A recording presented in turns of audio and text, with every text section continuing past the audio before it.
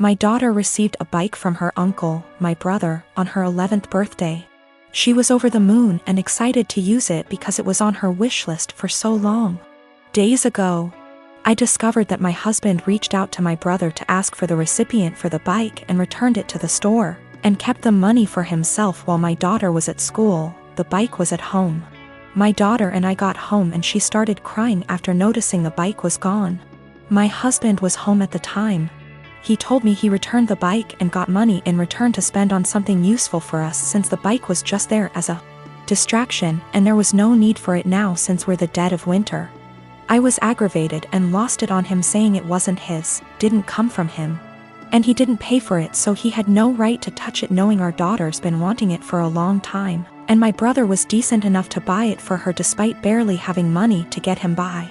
I told him what he did was theft and insisted he hand over the money to me so I could repurchase it, but he said he spent it on stuff for the house and doesn't have any money left now. But I knew about the money he was stashing away in the bedroom that he forbade me from tousing, and I took some of it and went out to repurchase the bike while he was out the next day. He found out and verbally lashed out at me saying I should have never touched the money he was saving for himself, which isn't much, but I lashed right back that I had to so I could repurchase the bike he took from under our daughter.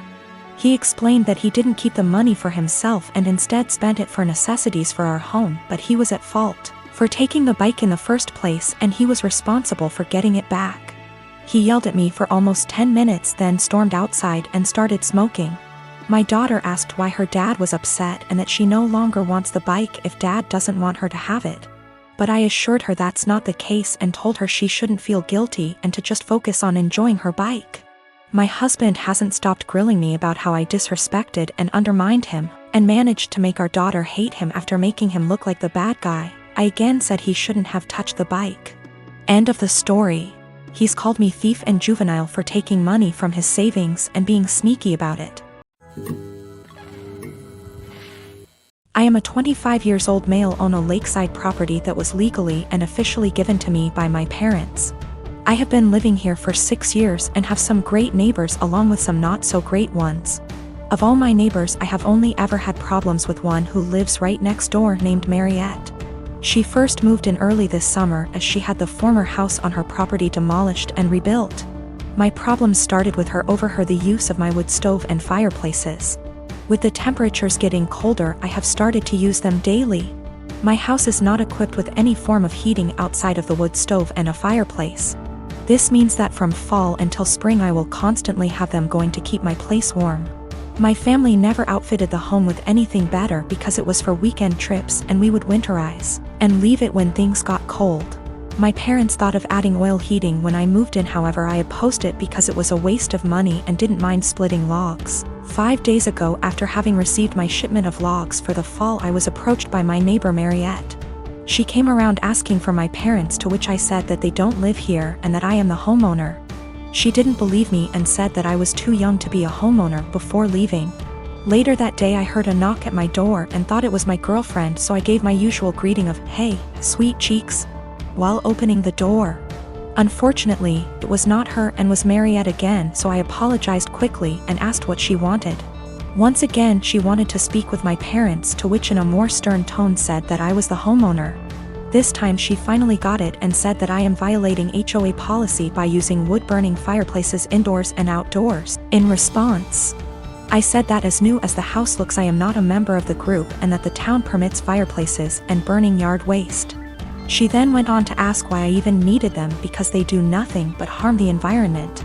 I went on to explain that while the house exterior looks new, the house actually has been around since 1930 and still uses a wood stove and fireplace heating. She didn't believe me yet again and said she would be back with an inspector. Yesterday once again she came with another person who introduced themselves as an HOA inspector.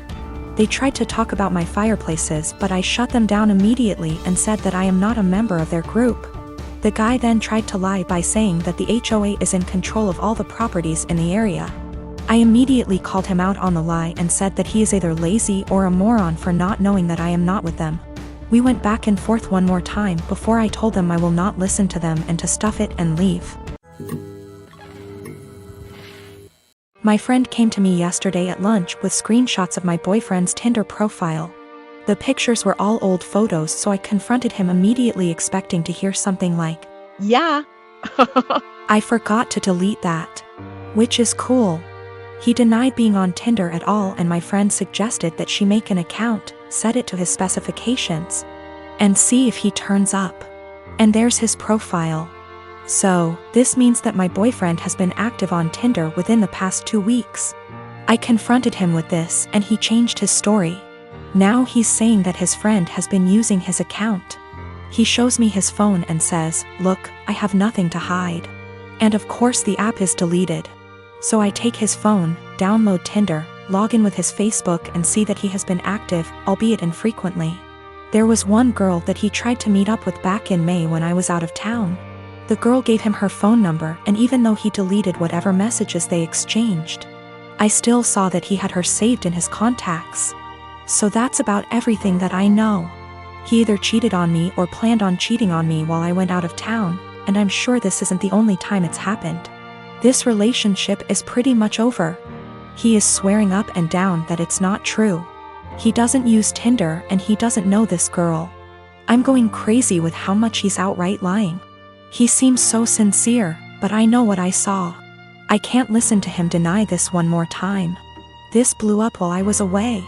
I'm sorry I won't be able to respond to every comment. So I did some stuff that was kind of petty and stupid today. I made a fake Tinder account, matched with my boyfriend.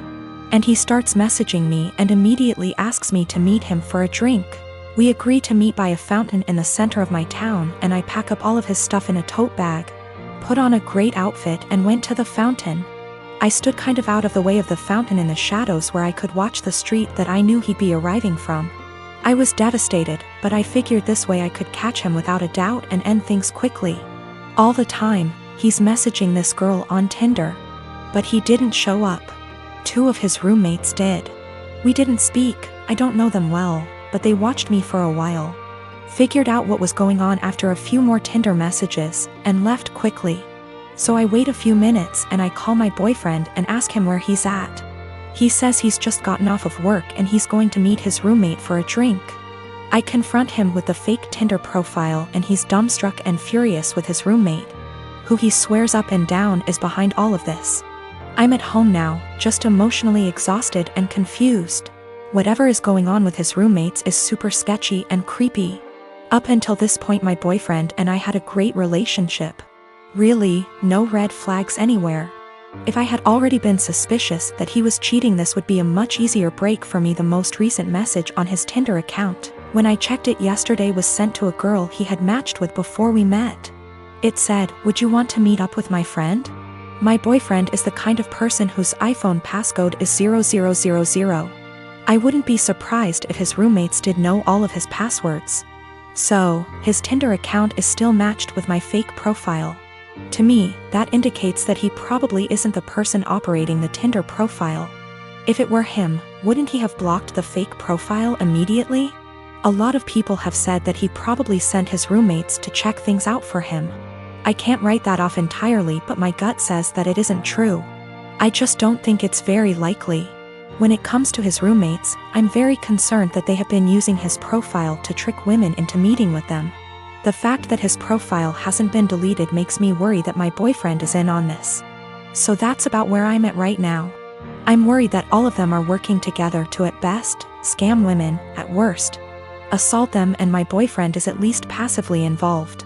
Either way, I feel some responsibility to do a little more digging. I am part-timing in an IT company that is very close-knit. My boss Steven and his wife were always sweet. It was my first month and it was my boss's birthday week. So he and wife Melissa were kind enough to include me in this fancy dinner they were taking everyone to. A week prior to the dinner, Melissa added everyone to a group chat and asked whether we had any suggestions on where to eat. I told her that I am fine with anything as long there are vegetarian options available, or at least chicken. They brought their daughter Steph to the dinner, and she is a sweet little girl. Now Steph was really interested in me, and she kept on asking me questions about how I look the way I look. Now I am short, 5 feet, but can be somewhat deemed as fit to today's generation. I was transparent with her and told her that I don't restrict myself to certain foods but rather eat everything in moderation. Plus I have a plant-based diet and home-cooked meals, so that helps, and I also lift weights. Now Melissa overheard our conversation partially. She pulled me aside and told me that Steph was recovering from eating disorder, so she encouraged me to be honest with her, and not lie to her, and not to order anything that screams diet. When I saw the menu, there were little to no vegetarian options available. It didn't have anything for me. I was very disappointed and made a comment that, oh wow, there are no vegetarian options. Melissa chimed in and said that eating meat once in a while won't affect my weight.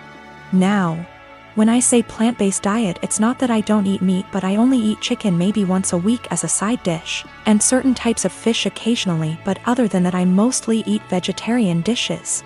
My food habits are not for my weight, but for my religion / culture. It has nothing to do with my weight. When the waiter came in, I was still glued to my menu when all the others had already ordered. Melissa said that, oh, she will have the duck too, and I interrupted and said that no, I will have the garden salad. I hate salads, but there were no other veg options. Melissa got quiet. After a few minutes she told me that I shouldn't have lied and lead on her daughter if I was going to order a skinny salad and starve myself.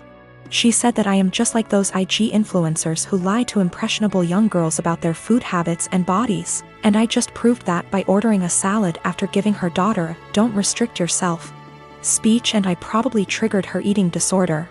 I tried to explain that I only ordered a salad because there was no other option in the menu for me, but then she said that I should have just sucked up and eaten the duck as it isn't going to affect my weight, but then again, I corrected that it is a religious thing and not a diet thing. She said that if I eat chicken then obviously I would eat other animals too, and I was just putting up an act. It was horrible. She completely tore me down and I immediately left.